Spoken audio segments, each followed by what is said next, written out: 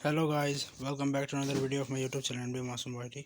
तो चलिए, मैं फिर से क्लास 12th के बच्चों के लिए नया लेक्चर लेके आ गया हूँ, जिसमें आज हम लोग जितने भी होटल्स हो गए हैं, जितने भी फूड एंड बेवरेज सर्विसेज के जितने भी सर्विसेज स्टेशंस होते हैं, उनके बारे में बात करेंगे। और ये क्लास बहुत ही इंपॉर्टेंट होने वाला है, क्योंकि आपका जो होटल से रिलेटेड एग्ज़ाम में क्वेश्चंस आते हैं वो सब आज आपका इस चैप्टर मतलब इस टॉपिक से क्लियर हो जाएगा। ठीक है, हर एक तरह क्वेश्चन जो इस बार भी आया है, जो पिछले बार भी आया था, सबके बारे में डिटेल में बात करेंगे। ठीक है, तो चलिए वीडियो को स्टार्ट करते हैं बिना किसी देरी के। सबसे पहले हम लोग बात करेंगे, लास्ट टाइम हम लोग लास्ट क्लास में क्या क्या बात किए थे। होटल के बारे में बात किए थे, मोटल के बारे में बात किए थे और रिजॉर्ट के बारे में बात किए थे। आज हम लोग बात करेंगे टाइम्स हेयर होटल्स के बारे में। सबसे पहले कि टाइम्स हेयर होटल्स क्या होता है, इसके बारे में हम लोग समझते हैं पहले। ठीक है, किसको कहा जाता है, कहाँ पे मिलता है, ये सब चीज़ें आते हैं। सबसे पहला टॉपिक में जो कि है timeshare hotels. Time share, यहाँ हेयर नहीं होगा, सॉरी, टाइम शेयर होगा। ठीक है, टाइम शेयर होटल एक ऐसा होटल है जो संयुक्त रूप से ऐसे लोगों के स्वामित्व में है जो अलग अलग समय पर इसका इस्तेमाल करते हैं। देखो, इसका सीधा मतलब अगर हम बताना चाहें तो टाइम शेयर का मतलब होता है किसी एक टाइम पे कोई होटल नहीं है, ये है ग्रुप का होटल है, संयुक्त लोगों से है, ऐसे लोगों के स्वामित्व में। स्वामित्व का मतलब ऐसे लोग इसका ऑनर्स हैं, ऐसे लोग ऑनर हैं जो अलग अलग समय पर इसका इस्तेमाल करते हैं। वहाँ के निवासी भी भाग के मालिक हैं जो हर साल एक विशिष्ट सप्ताह या पखवाड़े के लिए एक विशेष इकाई का उपयोग करने का अधिकार लाए हैं। टाइम्स शेयर हॉस्पिटल में, सॉरी हॉस्पिटल बोल रहे हैं, टाइम शेयर होटल एक ऐसा होटल है जहाँ पे लोग जो है स्वामित्व में रहते हैं। मतलब वहाँ पे एक ऐसे लोगों का ओनरशिप होता है जिसमें कि अलग अलग समय पर लोग इसका इस्तेमाल कर सकते हैं। जैसे कि कोई अगर मान लो बहुत सारा उसके वहाँ पे कह सकते हैं, अगर ओनर्स बहुत सारे हैं तो वहाँ पे लोग जाएंगे, है ना। कभी उसका काम पड़ गया तो वो होटल को बुक कर लिया है, या फिर वहाँ के जो नागरिक है, जो निवासी हैं उसी जहाँ पे वो होटल बना है टाइम शेयर होटल, वहाँ के लोग भी उसका यूज़ में लेते हैं। उसमें बताया गया किसी हर साल में भी हो सकता है, कोई सप्ताह स्पेसिफिक सप्ताह में, या फिर पखवाड़े के लिए एक विशेष इकाई का उपयोग करने का अधिकार लाए हैं। ये है टाइम शेयर होटल्स। ठीक है, इसके बाद बात करते हैं कंडोमिनियम होटल का। कंडोमिनियम क्या होता है, देखो, कंडोमिनियम होटल वे होटल हैं जो एकल, क्या होता है, एकल स्वामित्व के, ठीक है, देखो ध्यान से, एक ऐसे होटल कंडोमिनियम होटल वो कंडोमिनियम होटल होता है जो एकल स्वामित्व के स्वामित्व में है और जो इसे वर्ष के कुछ भाग के लिए उपयोग कर सकते हैं और शेष वर्ष के लिए इसे किराए पर दे सकते हैं। मैं सीधा अगर समझाना चाहूँ तो ऐसा होटल जिसका केवल वन ओनर होता हो, ठीक है, जिसका ओनर केवल एक आदमी हो, सिंगल पर्सन हो, उसको कंडोमिनियम होटल कहा जाता है। ठीक है, और या तो ये इंसान जो इसका ओनर है इस होटल का, वो चाहे तो इसका यूज जो है पूरा साल के लिए भी कर सकता है, ठीक है, या फिर कुछ हिस्से का, साल के कुछ हिस्से, जैसे 3 महीने, 4 महीने, 6 महीने, इस तरह, और बाकी जो बचे साल के कुछ महीने हो गए हैं या दिन हो गए हैं, उनको वो किराए पर दे सकता है। ठीक है ना, तो ये है कंडोमिनियम होटल का। आई होप समझ में आया होगा आप लोग को। ठीक है, और आप लोग आजकल थोड़ा कमेंट कम कर रहे हो जी, समझ में आ रखने क्लास ये बता दिया करो। ठीक है, बाकी और कुछ भी अगर दिमाग में आता है आप लोग का सवाल तो उसको कमेंट में किया करो ताकि मैं अगले क्लास में उसको क्लियर कर सकूं। ठीक है, और जो भी नए आए हो लाइक और चैनल को सब्सक्राइब जरूर कर लो। ठीक है, हमारा टारगेट है जल्दी 1 के पहुंचा दो, और मुझे आशा है कि ज़रूर पहुंच जाएगा। ठीक है ना, जिस तरह मैं आपकी हेल्प करता हूँ उसी तरह आप मेरी हेल्प करें। ठीक है, बाकी एग्ज़ाम के टेंशन कोई नहीं है, अभी बहुत समय है, आप लोग को पूरा क्लियर हो जाएगा सिलेबस, अभी बस चल रहा है। ठीक है, चलने दो। बाकी स्पेशल कोई अगर बुक आता है तो उससे हिसाब से भी पढ़ाई होगा। अभी केवल यही है, और इसमें भी जितने भी टॉपिक्स हैं एग्ज़ाम के सारे क्लियर हैं, कवर हैं। ठीक है, तो मैक्सिमम है टॉपिक। बात करें आगे तो लॉज है। लॉज के बारे में तुम लोग भी जानते होगे, ठीक है ना, बहुत सारे बच्चों को पहले से पता होगा। Laws, LODGE, laws. लॉज क्या होता है, देखो, लॉज देश के आवास हैं। क्या है, आवास है, जो ज़्यादातर स्थानीय राज्य द्वारा प्रायोजित हैं। कुछ उदाहरण जैसे वन लॉज हो गए, जंगल वाला, देश का लॉज हो गया, स्की लॉज हो गया। ठीक है, अब बात करते हैं कि तीनों लॉज में क्या क्या फ़र्क है। वन लॉज जो कि जंगल के इलाके में होगा, देश का लॉज किसी भी राज्य में हो सकता है, स्की लॉज वही जगह होते हैं जहाँ पे लोग, जैसे खेल प्रदर्शनी वगैरह हो गया, ठीक है, कोई घूमने वाला कोई टूरिस्ट प्लेस हो गया, उस जगह पे मिलता है तुमको स्की लॉज वगैरह। और ये देश का आवास होता है, मतलब इसमें कह सकते हो मैक्सिमम जगह तुमको लॉज देखने को मिल जाएगा हमारे इंडिया में या अदर कंट्रीज़ में भी। ठीक है, लॉज किसके लिए होता है, जो अधिकतर, इसमें हर एक तरह का कस्टमर रुक सकता है, हाई बजट का, लो बजट का, मीडियम बजट का भी, उससे कोई प्रॉब्लम नहीं। लेकिन हाई बजट रुकना ही कहाँ चाहेगा, उसके लिए तो स्टार 5 स्टार होटल वगैरह है, ठीक है ना, ये चीज़ है। आगे बात करते हैं हम लोग कि खाद्य और पेय सर्विस क्या होता है, यानी फूड एंड बेवरेज। ठीक है, ध्यान से देखना, अच्छे से समझना। Food and beverage, food and beverage, BAVERAG, food and beverage service. Food and beverage क्या होता है समझो पहले इसको। हिंदी में खाद्य और पेय कहा जाता है। खाद्य और एक पेय ऐसा क्षेत्र है जो खाद्य पदार्थों की अवधारणा, निर्माण और वितरण में माहिर है। खाद्य और पेय किसी भी होटल का एक ऐसा क्षेत्र होता है जहां पर वहाँ के लोग जो हैं खाद्य पदार्थों के यानी खाने वाले सामानों की अवधारणा लेते हैं, क्या डिश बनाना है, निर्माण करते हैं, उसको बनाते हैं और उसको डिस्ट्रीब्यूट करते हैं, बांटते हैं या फिर खिलाते हैं कस्टमर्स को। F&B कर्मचारियों का सबसे बड़ा वर्ग रेस्टोरेंट हो गया, होटल हो गया, रिजॉर्ट हो गया, कैसीनो सहित बार में भी है। F&B के जो कर्मचारी होते हैं, फूड एंड बेवरेज, इसको शॉर्ट में F&B कहा जाता है बाबू लोग, ठीक है, अच्छे से याद रख लेना। F&B, फूड एंड बेवरेज, खाद्य और पेय। ये अधिकतर कहाँ तुमको इसके कर्मचारी देखने को मिलते हैं, जैसे कि बड़ा जो क्षेत्र है इनका रेस्टोरेंट में होता है, होटल्स में होते हैं, रिजॉर्ट में, कैसीनो सहित बार्स में भी होते हैं। बार्स मतलब वही शराब का अड्डा, ठीक है, जहाँ डांस उन्स होता है। अब देखो यहाँ पे कुछ एग्जाम्पल दिया गया है तुमको जहाँ पे इस तरह के सर्विसेज पेश किए जाते हैं, ठीक है ना, ये चीज़ है। आगे बढ़ते हैं भोजनालय। देखो भोजनालय के बारे में समझो। अब हम खाद्य और पेय सेवा में आ रहे हैं, तो यहाँ पे तुमको खाने वाली सामग्रियाँ भी देखने को मिलेगी, सुनने को मिलेंगी, है ना। साथ ही साथ पीने वाले जितने भी तरह के पेय हैं, मादक पेय हो गए, ठीक है ना, मतलब जो शराब, वाइन्स हैं, वोडका है, सारा कुछ तुमको मिलेगा यहाँ पे। आराम से समझते हैं हम लोग, बिल्कुल कोई हड़बड़ी नहीं है। भोजनालय वह प्रतिष्ठान जो पैसे के बदले ग्राहक को भोजन और पेय तैयार करता है और परोसता है। भोजनालय कौन सा जगह होता है बाबू? भोजनालय वैसा जगह होता है, प्रतिष्ठान का मतलब खाना जो बनाते हैं उसको प्रतिष्ठान कहा जाता है। एक ऐसा जगह है जो पैसे के बदले मतलब पैसा दिए और ग्राहक को भोजन और पेय सर्विस सर्व करता है, परोसता है, उसको भोजनालय कहा जाता है। दूसरा है कॉफ़ी शॉप। देखो यहाँ पे दूसरा है कॉफ़ी शॉप। बात करें हम लोग कॉफ़ी शॉप क्या है, तो देखो एक आकस्मिक लोकप्रिय डाइनर के सामान, ठीक है, रेस्टोरेंट होटलों में 24 घंटे के लिए खोला, याद रखना। कॉफ़ी शॉप क्या होता है, जिसमें कॉफ़ीज़, है ना, मीठे पदार्थ जितने भी पीने वाला चाहिए तुमको, सारे कुछ मिल जाए कॉफ़ी शॉप का। एक आकस्मिक लोकप्रिय डाइनर है, डाइनर के सामान यानी रेस्टोरेंट में अधिकतर तुमको देखने को मिलता है, और ये लगभग किसी भी होटल में 24 आवर्स तक ओपन होते हैं, ठीक है। इसके बाद एक और है जिसका नाम है फूड कोर्ट। क्या नाम है बाबू? Food court. समझते हैं हम लोग फूड कोर्ट क्या है। देखो फूड कोर्ट कई खाद्य विक्रेताओं के काउंटर की सुविधा के साथ एक इंडोर क्षेत्र और एक स्वयं सेवा भोजन है। फूड कोर्ट क्या होता है? बहुत सारे खाद्य विक्रेता मतलब जो खाना पीना बेचता है ना, चलो अच्छे से समझ लो। क्या बोलता है फूड कोर्ट? कई खाद्य विक्रेताओं के काउंटर की सुविधा के साथ एक इंडोर क्षेत्र और एक स्वयं सेवा भोजन है। बहुत सारे लोग काउंटर में एक रहते हैं, बहुत सारे अलग अलग प्रकार के सर्व करने वाले, ठीक है, भोजन को, खाने को जो अलग अलग प्रकार के जैसे बनाया जाता है, उनके लिए बहुत सारे अलग अलग विक्रेता होते हैं, बेचने वाले होते हैं। और एक इंडोर क्षेत्र है, कहाँ पे होता है ये फूड कोर्ट? इंडोर क्षेत्र में होता है। और एक स्वयं सेवा भोजन है, मतलब सेल्फ, अपने से सेवा करना है भोजन के लिए, अपने से लोगों को सर्व करना है, स्वयं सेवा भोजन है, ठीक है। Fast food chain. अब बात करते हैं फास्ट फूड चेन। आपको लोकल में भी मिल जाता होगा, ठीक है ना, पाव भाजी वगैरह आप खाते भी होंगे, तो वही उसी के अंदर आता है ये फास्ट फूड चेन को त्वरित सेवा। देखो फास्ट फूड चेन क्या होता है? फास्ट फूड चेन को त्वरित सेवा रेस्टोरेंट के रूप में भी जाना जाता है। ये एक विशिष्ट प्रकार का रेस्तरां है जिसमें फास्ट फूड की विशेषता है। फास्ट फूड चेन एक एक्सेलरेटेड मतलब सबसे ज़्यादा तेज़ी से बढ़ने वाला एक सेवा रेस्टोरेंट के रूप में जाना जाता है। ये भी एक रेस्टोरेंट का ही टाइप है, जिसका सबसे विशिष्ट व्यंजन क्या है इसमें मिलता है, वो आपको फास्ट फूड है। चाउमीन, बर्गर, पिज्ज़ा, ये सब जहाँ मिलता है, ठीक है ना बाबू। उसके बाद एक बार्स है। बार्स मतलब वही बार के बारे में समझते हो, है ना, शराब वाला अड्डा, नाच गाना वाला अड्डा, उसी को बोला जाता है।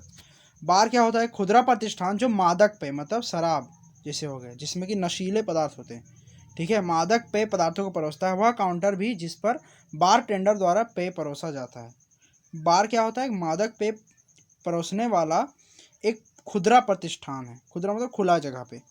और यह काउंटर भी जिस पर बार टेंडर द्वारा पे परोसा जाता है, बार इसके अंदर बार टेंडर भी होता है, ठीक है। इसके बाद एक पब है, पब जहाँ पे डांस गाने होते हैं ना, बोलते हैं भाई पब जा रहा हूँ, गाना वीडियो में सुनते होगे, फिल्म में बहुत सारे। पब क्या है? Pub Britain, Ireland, Australia, Canada, New Zealand की संस्कृति के लिए एक मौलिक एक पीने की स्थापना है। पब में तुम अधिकतर देखोगे बाबू, बहुत सारे, जब कभी अगर कहीं आउट ऑफ इंडिया गए होगे, आपने देखा होगा, आपने क्या देखा होगा कि वहाँ के लोग जो हैं नॉर्मली रात के खास करके टाइम में टाइम स्पेंड करने के लिए अधिकतर अपने वे लोग कहाँ जाते हैं? पब जाते हैं। चाइना का ले लो, बांग्लादेश का ले लो, कहीं भी। इसके बाद आगे बढ़े हैं तो एक और है जिसका नाम है काउंट अवे काउंटर्स। क्या नाम है? Count away counters. Food outlets with no setting arrangements.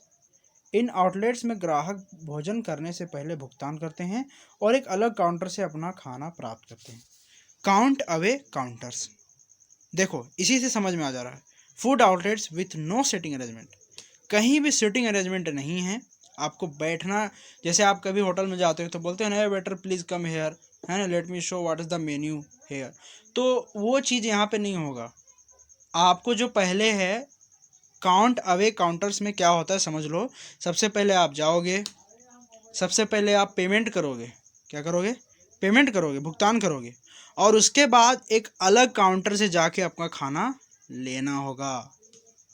VIP वाला यहाँ पे पोजीशन है, मतलब वही लोग हैं, आपको कह सकते हो जैसे कि आप क्या बोलते हैं, ये वो शादी वगैरह में होता है ना जिसमें थाली लेके जाते हैं, अलग अलग खाना उठाते हैं, बस उसी के जैसा मामला है काउंट अवे काउंटर्स का। I hope you will understand, ठीक है ना। कियोस्क, देखो ये इंपॉर्टेंट है, कियोस्क के बारे में पूछ देता है। कियोस्क क्या होता है? कियोस्क अच्छे से समझ लेना बाबू, ठीक है।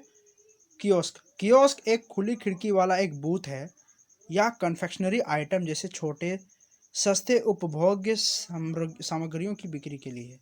कियोस्क एक खुला खिड़की वाला एक बूथ है, एक जगह होता है, एक सेक्शन होता है किसी भी होटल्स में, जहाँ पे कन्फेक्शनरी आइटम जैसे छोटे सस्ते कुछ सामग्रियाँ मिलती हैं जो बिक्री के लिए होती हैं, उनको कियोस्क वाले जगह कहा जाता है। सीधा सीधी बात है, मतलब जैसे कॉन्फेक्शनरी आइटम्स जो भी छोटे छोटे हैं सामान वगैरह जो मिलते हैं, है ना, सस्ते भी हों, उपभोग सामग्रियों की बिक्री के लिए एक जगह है कियोस्क।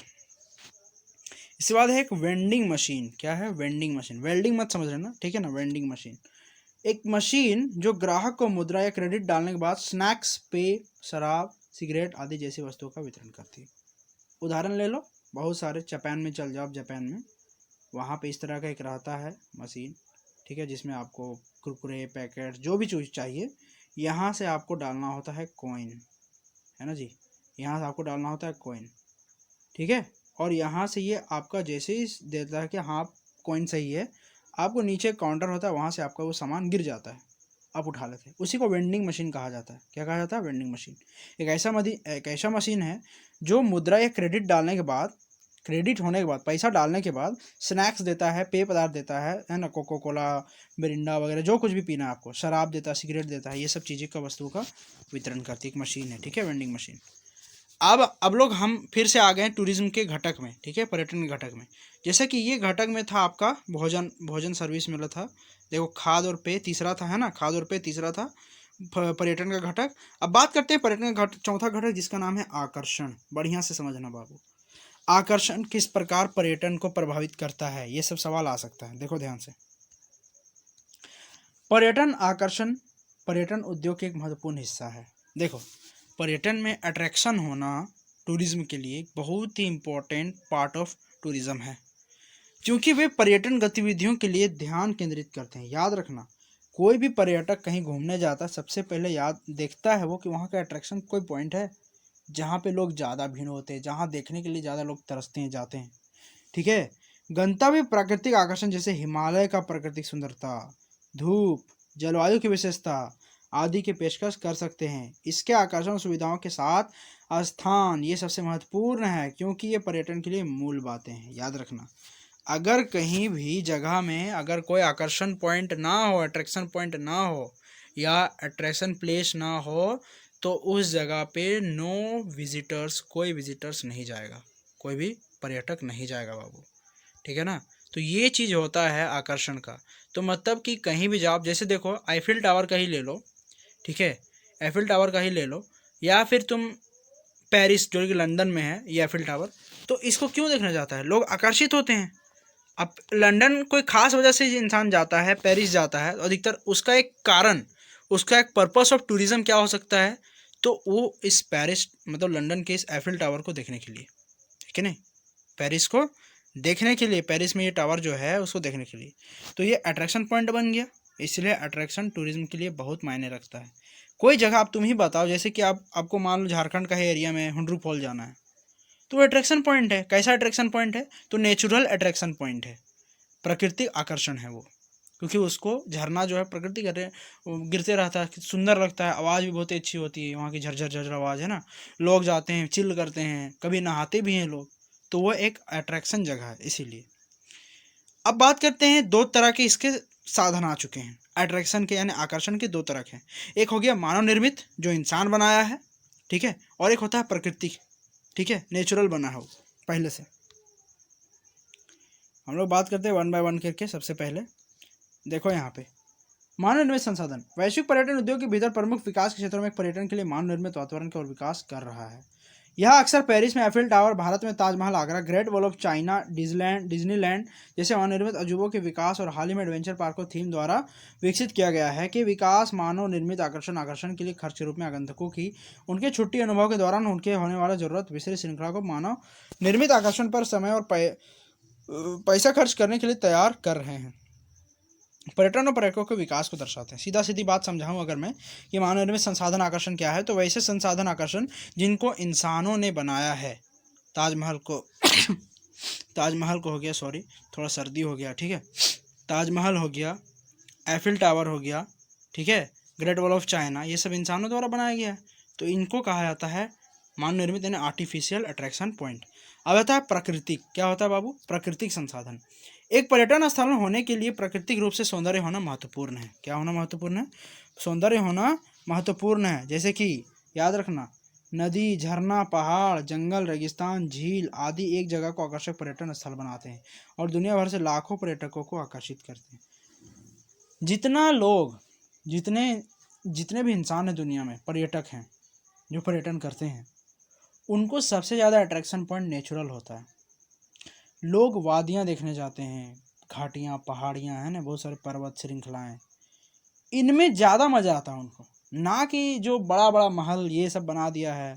हाँ, बहुत सारे लोग होते हैं, जैसे लाइक आर्कियोलॉजिस्ट को ले लो, उनका ख्वाब ही होता है, उनका सपना ही होता है कि हमको कुछ पुरानी चीज़ों को ढूंढना है जो ज़मीन में दबा हुआ है, जो कहीं छिपा हुआ है। तो उनका अलग विचारधारा होता है, क्योंकि वो इंसानों द्वारा बने हुए चीज़ों की खोज करते हैं। लेकिन जो लोग नेचुरल पे ज़्यादा मस्त लगता है, उनको अट्रैक्शन ज़्यादा होता है, वे लोग नेचुरली करते हैं, ठीक है। आगे देखो, इसके बाद एक और है जिसका नाम है सूचना प्रौद्योगिकी। अब बात करते हैं इसके बारे में। देखो, पर्यटन उद्यमों के विकास के लिए सूचना प्रौद्योगिकी बहुत महत्वपूर्ण, इलेक्ट्रॉनिक, कंप्यूटर आधारित और एक संचार आधारित प्रौद्योगिकियों की एक विस्तृत श्रृंखला का उपयोग विभिन्न कार्यों का समर्थन करता है और पर्यटन में व्यावसायिक प्रक्रियाओं के निष्पादन में मदद करता है। मुख्य कार्यों में से एक है प्रसंस्करण और संगठनों के भीतर उपभोक्ता के बीच और वीसा जानकारी प्रवाह सुविधाजनक बनाना। पर्यटन उद्योग में सूचना प्रौद्योगिकी के उपयोग ने व्यावसायिक प्रदर्शन और उत्पादकता में सुधार किया है। देखो ध्यान से समझ लो बाबू, ये सूचना प्रौद्योगिकी का काम क्या है। सूचना प्रौद्योगिकी असल का मतलब है इसका, आगे बढ़े हम लोग, तो सूचना प्रौद्योगिकी क्या है। देखो, असल में पर्यटन को करने के लिए लोग पहले इन्फॉर्मेशन जुटाते हैं कि जी वहाँ जाना अच्छा रहेगा। कोई जैसे ट्रैवल एजेंट से बात करते हैं, सर बताइए ज़रा सा उस जगह का टिकट क्या है, ये क्या है, वो क्या है। या फिर अभी इसलिए इतना मैटर करता है सूचना प्रौद्योगिकी, इंफॉर्मेशन टेक्नोलॉजी इसलिए इतना महत्वपूर्ण है क्योंकि लोग कहीं भी घूमने से पहले उस जगह के बारे में डिटेल में मालूम करते हैं, डिटेल में जानने की कोशिश करते हैं, क्योंकि उनको वहाँ पे घूमना है, पैसा लगाएंगे जी, ऐसे थोड़ी हो जा रहे हैं, है ना। तो अच्छे से घूमने के लिए वहाँ के बारे में जानते हैं, क्या क्या अट्रैक्शन पॉइंट है, कौन सबसे ज़्यादा फेमस है, कहाँ पे ये चीज़ मिलता है, कहाँ अच्छा होटल रुकने का जगह है। तो इन सब कहाँ से हम लोग पता करते हैं, इंटरनेट से। और इंटरनेट किसका पार्ट है, इंफॉर्मेशन टेक्नोलॉजी का। तो ये इस तरह हम लोग को बारे में समझ में आ सकता है, ठीक है। पर्यटन उद्योग में सूचना प्रौद्योगिकी बहुत उपयोग करता है, किसी भी जगह जाने से पहले। आई होप वीडियो पसंद आया होगा। चलिए मिलते हैं नेक्स्ट वीडियो में, तब तक के लिए बाय बाय, टेक केयर, ठीक है, अच्छे से रहना।